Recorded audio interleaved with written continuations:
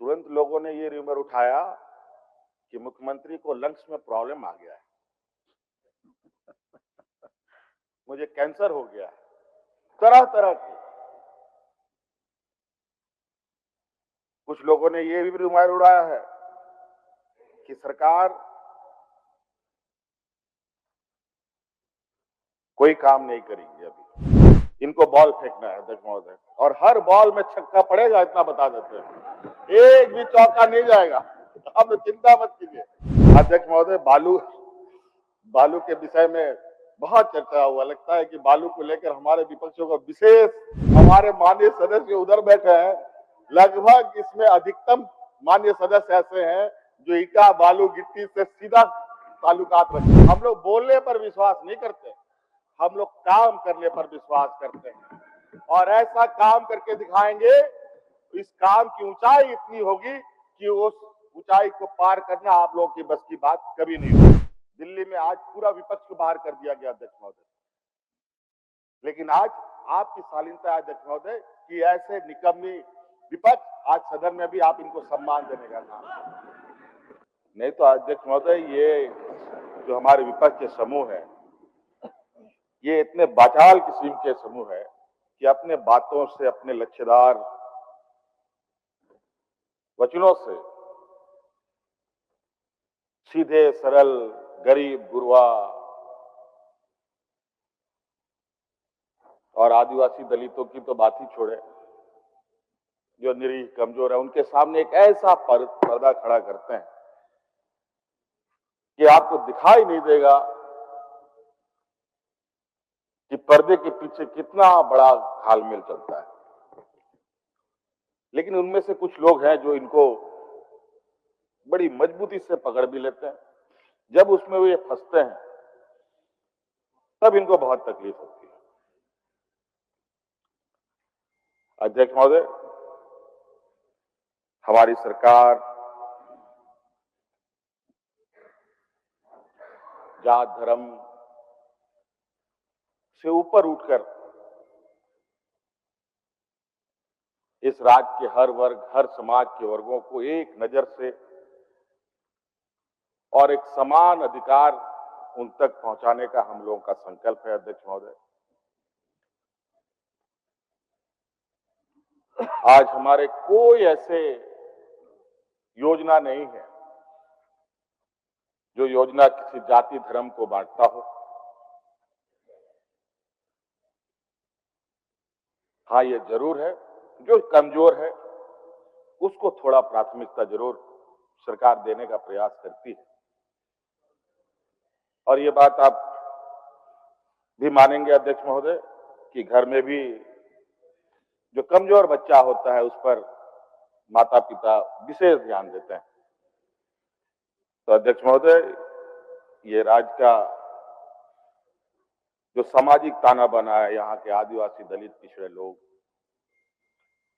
संविधान में अधिकार होने के बावजूद भी आज हाशिए पे ही खड़े हैं। आज उन्हीं का प्रतिनिधित्व हम सब लोग कर रहे हैं अध्यक्ष महोदय, और विगत सरकार के कार्यकाल में कई चुनौतियों के साथ, मुझे पता है अब ये लोग षड्यंत्र रचेंगे, अब यहां से उठने की तैयारी कर रहे होंगे, इधर उधर मैसेज पास करने का प्रयास हो रहा है, लेकिन हम कोशिश करेंगे कि आप ना जाएं। मैं कोशिश करूंगा कि मैं आपको इतना परेशान ना करूं कि आप लोग पिछले का दरवाजा देखने का मौका मिले। हाँ, ठीक है, ठीक है, मैं कोशिश करूंगा कि अपने भाषण में इतनी संयमता रखूं कि आपको जाने का मौका ना दूं, लेकिन होता क्या है कि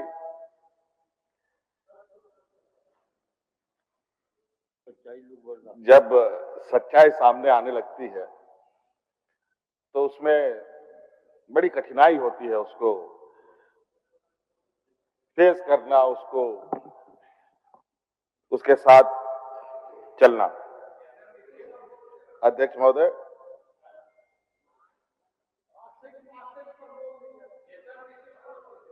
देखिए, ये पासिंग की बात वो भी मैं करूंगा, क्योंकि तिवारी जी भी बहुत मजे हुए खिलाड़ी हैं, ऐसे कोई नया कच्चा खिलाड़ी नहीं है। बालू, ठेका, टेंडर, गिट्टी, सीमेंट से बहुत अच्छा नाता है इनका। और मुझे मालूम है, और जहां तक चुनौती देने की बात है, तो मुझे ऐसा नहीं लगता है कि कोई ऐसा कार्यालय आदेश है, कहीं यदा कदा कुछ चीजें हुई हो, तो मुझे नहीं लगता। लेकिन कोई ऐसा आदेश आपके पास हो कि सरकार ने कोई ऐसी आदेश निकाली है, तो निश्चित रूप से मैं आपको सदन में आश्वस्त करता हूं, जिसने भी आदेश निकाला है उसके ऊपर आपके सामने कार्रवाई करके उसको जाता है। अध्यक्ष महोदय, ऐसा कोई कार्यालय आदेश नहीं है। अपवादवश कहीं कुछ चीजें आई हो तो जरूर ये निंदनीय विषय है, और इस पर सरकार आपकी हर बात, सदन में जितने भी हमारे माननीय सदस्यों ने बातें रखी है, उन सभी बातों को हम लोगों ने बहुत गंभीरता से लिया है, और माननीय तिवारी जी के इस आरोप को भी हमने गंभीरता से लिया है। और निश्चित रूप से इस विषय पर अगर ऐसी घटनाएं हो रही हैं, अगर लोग इसको एक अपना पर्दे के पीछे कोई मॉडल बनाने की भी कोशिश कर रहा है, तो ये हम नहीं होने देंगे। अध्यक्ष महोदय, ये देश का पहला राज्य है अध्यक्ष महोदय, जहां इस राज्य की जनता के लिए हम लोगों ने एयर एम्बुलेंस की व्यवस्थाएं की है। कोई देश में नहीं है। और आज हम सदन को बताते हुए मुझे खुशी हो रही है कि वो एयर एम्बुलेंस का लाभ आज एक दो लोग नहीं, लाखों लोगों ने लिया। जहां 10 लाख लोगों को चेन्नई जाने में एयर एम्बुलेंस की आवश्यकता पड़ती थी, मात्र 3-4 लाख रुपए में ये चेन्नई तक पहुंचते हैं अध्यक्ष महोदय। कई ऐसे घटनाएं थी, अगर एयर एम्बुलेंस ना होता तो वो मरीज वहीं खत्म हो चुका होता। अध्यक्ष महोदय, ये बड़ाई नहीं कर रहा हूं, और ये हम समय के साथ और कितनी चीजों को बेहतर करने का प्रयास करें, इसको लेकर आज हम लगातार हर सरकार के हर क्षेत्र पर हमारी नजर है। स्वास्थ्य की बात कहें अध्यक्ष महोदय, रिम्स को लेकर आए दिन अखबारों में चीजें छपती है। आए दिन सरकार को लेकर कुछ हमारे अखबार वाले पत्रकार मित्र लोग भी सरकार को चूटी काटने से बाज नहीं आते हैं। वास्तविक क्या है नहीं है उस विषय पर ना जाकर के बहुत सरकार की छवि को अपने तरीके से गढ़ने का प्रयास करते हैं। अध्यक्ष महोदय, जहां 1000-1500 लोगों का चिकित्सा करने की क्षमता है, वहां 5000 मरीज पहुंच जाए तो क्या स्थिति है हॉस्पिटल की हो सकती है, आप अंदाजा लगा सकते हैं अध्यक्ष। और आज इसी को ध्यान में रखकर अध्यक्ष महोदय, ये रिम्स के पुनर्जीर्णोद्धार का कार्यक्रम हम लोगों ने टेकअप किया हुआ है, और बहुत जल्द आने वाले 5 साल के अंदर ये जो रिम्स आपको दिख रहा है, ये रिम्स एक नए स्वरूप के रूप में इस राज्य को देखने को मिलेगा। और इसके अलावा अध्यक्ष महोदय, सरकार ने अतिरिक्त इस रिम्स का जो बर्डन है, इस रिम्स के ऊपर जो बोझ आता है, ये पूरा बोझ इसके ऊपर ना आए, इसको लेकर हम लोगों ने इस राजधानी के अंदर एक और मेडिकल कॉलेज खोलने का भी निर्णय लिया हुआ है। उसके लिए जगह की तलाश शुरू हो चुकी है अध्यक्ष महोदय। तो ऐसा नहीं है अध्यक्ष महोदय, ये इनके लिए ये खुशी की बात नहीं है, ये बहुत तकलीफदेह बात है इनके लिए अध्यक्ष महोदय। और मैं इनको बता दूं अध्यक्ष महोदय, मैं इनको बता दूं, हम लोगों ने इनके इतने षड्यंत्र के बावजूद विगत 5 सालों में इतने कार्य किए अध्यक्ष महोदय, उन कार्यों का जवाब आज इनको मिला है। आज पूरा हमारे विपक्ष के पास जितनी ताकत थी, उस ताकत को यहां स्थापित करके इन लोगों ने चुनाव लड़ने का काम किया, और नतीजा ये हुआ अध्यक्ष महोदय, आज ये फिर से उसी जगह पर हैं जहां पर वो पहले से मौजूद थे, बल्कि और भी दो चार पत्ते इनके झड़ भी गए अध्यक्ष महोदय, और हमारी मजबूती जो पहले थी उससे और कितनी मजबूत हुई है। इससे देश, इस राज्य की जनता का हमारे सरकार के प्रति क्या सोच है अध्यक्ष महोदय, आपको मालूम है। और इस बार भी अध्यक्ष महोदय, मैं आपको बता देना चाहता हूं अध्यक्ष महोदय, अभी तो शुरुआत है, अभी तो सरकार के ये नई पारी की अभी तो शुरुआत है। एक तो पहला ओवर भी अभी कंप्लीट नहीं हुआ अध्यक्ष महोदय, अभी तो बहुत 5 साल अभी ओवर इनको बॉल फेंकना है अध्यक्ष महोदय, और हर बॉल में छक्का पड़ेगा, इतना बता देते हैं। एक भी चौका नहीं जाएगा, आप चिंता मत कीजिए अध्यक्ष महोदय।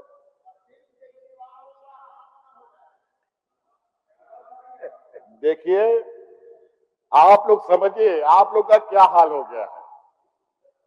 आप लोग ये समझिए कि आप लोगों का हाल क्या हो गया है। अगली बार ये ना आप लोग समझिए कि आप लोग अगली बार क्या आप लोगों की हालत होगी। ये लोग सरकार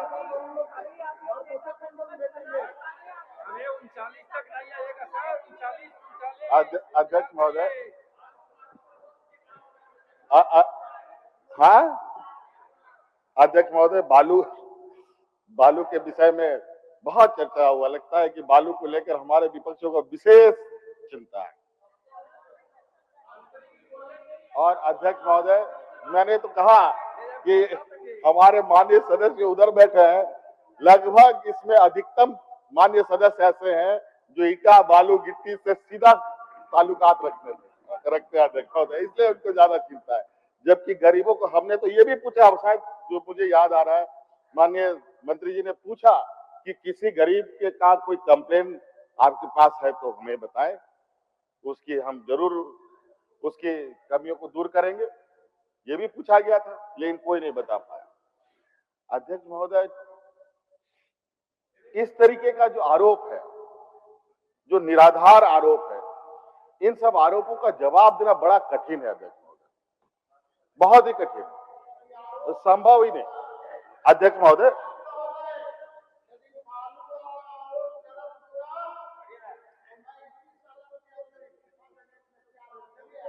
अरे आप अपनी बातों से कब मुकर जाएंगे, कोई भरोसा नहीं है, छोड़िए आप क्या बात कीजिएगा। छोड़िए अध्यक्ष महोदय, सीपी बाबू अभी धड़ाधड़ अध्यक्ष महोदय अपार्टमेंट बन रहे हैं, धड़ाधड़ काम चल रहा है चारों तरफ अध्यक्ष महोदय। सिर्फ इनको 2 ट्रक बालू नहीं मिला, फ्री में नहीं मिला, इसलिए ये हालत है कि हमको मिला क्यों नहीं फ्री में अध्यक्ष महोदय। और कोई पैसा नहीं है, ये पैसा से नहीं खरीदना चाहते हैं, ये दमोगई से खरीदना चाहते हैं, जो सरकार कभी नहीं देगी अध्यक्ष महोदय। दबंगई नहीं चलेगा, हो गया खत्म, सूर्यास्त हो चुका है, इसलिए आप लोग चुपचाप बैठिए। बालू फ्लड आप चिंता मत कीजिए, आप लोग का जरूर मुसीबतें बढ़ेंगी आने वाला समय में अध्यक्ष महोदय। अध्यक्ष महोदय, हमारे माननीय विपक्ष के लोग हमारे कार्य को लेकर कई सवाल, सदन नेता का भाषण हो रहा है, महिला सम्मान योजना हो और भी कार्य योजना हो अध्यक्ष महोदय, इसमें विशेष रूप से अध्यक्ष महोदय इनके हर सवालों का जवाब अपने आप मिलेगा। मैं बोलना नहीं चाहता, अभी सवाल पूछते हैं कि जेपीएससी का सदस्य नियुक्त नहीं हुआ, हमने तो नहीं कहा कि हमने नियुक्त कर दिया, अखबार में पढ़ लीजिए, जाके देख लीजिएगा, मैं बोलूंगा भी नहीं। हम लोग बोलने पर विश्वास नहीं करते, हम लोग काम करने पर विश्वास करते हैं, और ऐसा काम करके दिखाएंगे, इस काम की ऊंचाई इतनी होगी कि उस ऊंचाई को पार करना आप लोगों की बस की बात कभी नहीं होगी अध्यक्ष महोदय। मैया योजना को लेकर इनका बड़ा ही तीखा प्रहार रहा सरकार के ऊपर अध्यक्ष महोदय। हम लोगों ने एक ऐसा माइलस्टोन इस राज्य में गाड़ा है अध्यक्ष महोदय, जिसको आज देश के अलग अलग कोने में इसका रिपीटेशन होने की आषाढ़े बड़ी तेजी से दिख रही है, लेकिन हमारे जो चतुर विपक्ष के लोग बैठे हुए हैं भेड़िए के खाल में, ये लोग इतने सातिर्क हैं। अभी हमारा तो मैंने कहा कि हम लोग को तो सरकार अभी शुरू हुआ है अध्यक्ष महोदय। अभी जो चीज हम लोगों ने किया है, करेंगे, आने वाला समय में सरकार अपने संसाधनों के अनुरूप कार्य योजना बनाती है, सही गलत चीजों को, जो गलत है उसको सही करने का कोशिश करती है और फिर आगे बढ़ने का कोशिश करती है। ऐसा नहीं है कि मैं नहीं कहता, थोड़ी आप लोगों से सहमत जरूर हूं कि इतनी बड़ी व्यवस्था चलती है, कहीं 1000 बल्ब जल रहा हो तो 1000 बल्ब में से कोई फ्यूज ना हो, ऐसा नहीं हो सकता है, लेकिन उस बल्ब को तुरंत बदल के फिर आगे बढ़ने का काम करेंगे। इसलिए ऐसा नहीं है। आज मैया योजना को लेकर हम लोग के सरकार बने हुए कितना दिन हुए? सरकार कौन सा महीना में बना? अक्टूबर, नवंबर में बना। नवंबर, हाँ नवंबर, दिसंबर मान के चलिए नवंबर में बना सरकार। आप बताइए, नवंबर में मान के चलिए ना, आप ही बताइए, आपके भारतीय जनता पार्टी की सरकार हरियाणा में कब बनी है? ठीक है, तो अध्यक्ष महोदय सितंबर में बना है। आज तक मैया सम्मान योजना उनको नहीं मिला। महिलाओं को सम्मान के नाम पर कोई नहीं। महाराष्ट्र में बन चुका, वहां कुछ नहीं। दिल्ली में भी बन गया, अभी सत्र चल रहा है वहां के। ये तो अध्यक्ष महोदय आपका मैं शुक्रगुजार हूं। ऐसे विपक्ष जो निराधार बेबुनियाद आरोप लगाते हैं, गला फाड़ने में माहिर है,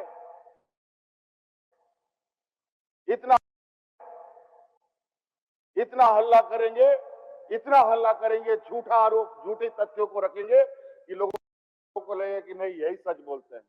दिल्ली में आज पूरा विपक्ष को बाहर कर दिया गया अध्यक्ष महोदय। लेकिन आज आपकी शालीनता है अध्यक्ष महोदय कि ऐसे निकम्मी विपक्ष आज सदन में भी आप इनको सम्मान देने का काम करें। अध्यक्ष महोदय क्या आरोप लगाएंगे? और हम लोग जो कहते हैं वो करके दिखाते हैं। और आज उड़ीसा में देखिए मैया को क्या सम्मान देते हैं, 830 रुपया देते हैं। मध्य प्रदेश में मैया को कितना सम्मान देते हैं, 1100 रुपया देते हैं। असम में कितना देते हैं? जो यहाँ आकर के 6 महीना तक इस सरकार को मदद करने का प्रयास किया, वो मुख्यमंत्री मैया को 1200 रुपया सम्मान देने का काम करता है। बताइए, चिंता मत कीजिए, असम भी आने वाला समय में आपका ये सुपड़ा साफ करने का काम होगा अध्यक्ष महोदय। और ये लोग बोलते हैं लोकसभा विधानसभा, लोकसभा की विधानसभा, ये इनको समझ में नहीं आता। आप तो कभी ये सत्ता पक्ष में आएंगे ही नहीं। अगर दिल्ली में सरकार रहे तो क्या करेंगे? अध्यक्ष महोदय, केंद्र सरकार देश का माता पिता के रूप में है, सवाल जवाब तो सबसे अधिक उससे होना चाहिए। आज देखिए अध्यक्ष महोदय, ये अखबार का ही एक ये अध्यक्ष महोदय आर्टिकल निकला है जहां केंद्र सरकार मात्र 650 करोड़ रुपया देता है 17-18 हजार करोड़ रुपए। बताइए कैसे हम सरकार चला? और अभी महीना साल पूरा होने जा रहा है, 1 महीना भी नहीं बचा, अभी तक पैसा नहीं आया। कैसे सरकार काम करती होगी? प्रधानमंत्री आवास कहां चला गया अध्यक्ष महोदय?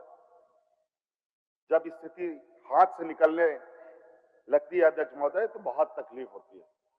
आज आपको पता है अध्यक्ष महोदय, हमारे राज्य में खिलाड़ियों का कितना उत्साह और खेल के प्रति लोग, नौजवानों का कितना रुझान रहता है।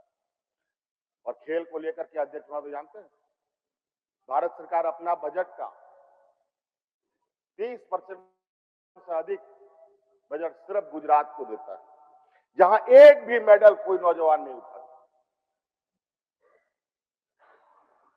और यहां मात्र 20-30 करोड़ रुपए हमें मिलता है अध्यक्ष महोदय। आज देखिए मेडलों की झड़ी लगी रहती है इस राज्य में।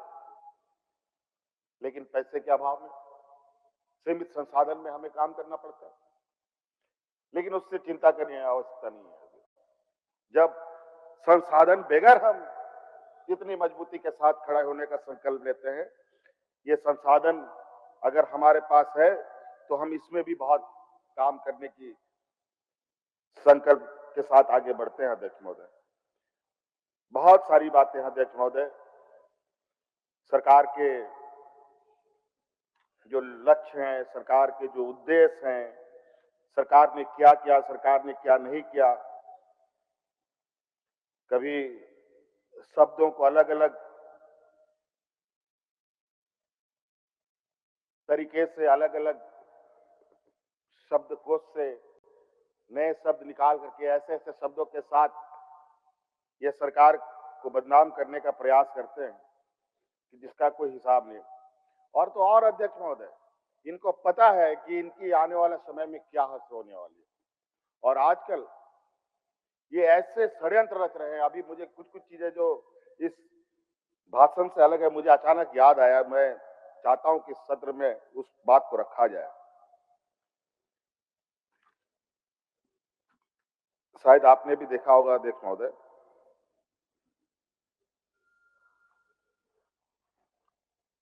अपने पिता के स्वास्थ्य को लेकर मैं अस्पताल में गया था। अस्पताल में था कई दिनों तक, तो थोड़ा मुझे भी सर्दी खांसी हो गई थी, तो मैं मास्क लगा के घूम रहा था। कल भी एक अस्पताल गया, हमारे राज्यसभा सांसद दुर्घटना में उनको चोट आई, तो हमने मास्क लगा के रखा। तुरंत लोगों ने ये रूमर उठाया कि मुख्यमंत्री को लंग्स में प्रॉब्लम आ गया है, मुझे कैंसर हो गया है, तरह तरह की। कुछ लोगों ने ये भी रूमर उड़ाया है कि सरकार कोई काम नहीं करेगी, अभी सरकार काम करने की इच्छा में नहीं है, सरकार 2 साल के बाद काम करेगी। आखिर ये बात करता कौन है अध्यक्ष महोदय? ये इस तरीके के रूमर्स बनाते कौन है कि मुख्यमंत्री बीमार है, अब चल नहीं सकता, उठ नहीं सकता। ये कहीं ना कहीं ये षड्यंत्रकारी जो जमात है अध्यक्ष महोदय, यहाँ तो दिल्ली में तो उनको निष्कासित कर दिया गया सत्र भर के लिए, ये तो खुद ही से निष्कासित हो गए अध्यक्ष महोदय। देख लीजिए, अब इनका यही हाल होगा। इसलिए अध्यक्ष महोदय, मैं सत्ता पक्ष तो हमारी पूरा परिवार हम लोग साथ में है, यहाँ अपनी बातों को रखने का कोई मतलब नहीं है अध्यक्ष महोदय। बहुत अधिक मैं समझता हूँ अध्यक्ष महोदय, इन्हीं बातों के साथ मैं अपनी बातों को समाप्त करना चाहूंगा। और अध्यक्ष महोदय, ये मैंने कुछ पॉइंट्स बनाए थे अच्छे खासे लिखने के लिए, मैं समझता हूं कि मैं आपको सुपुर्द कर दूं और इसे पढ़ा हुआ समझा जाए। इन्हीं बातों के साथ बहुत बहुत धन्यवाद। जवाहर। माननीय राज्यपाल महोदय के अभिभाषण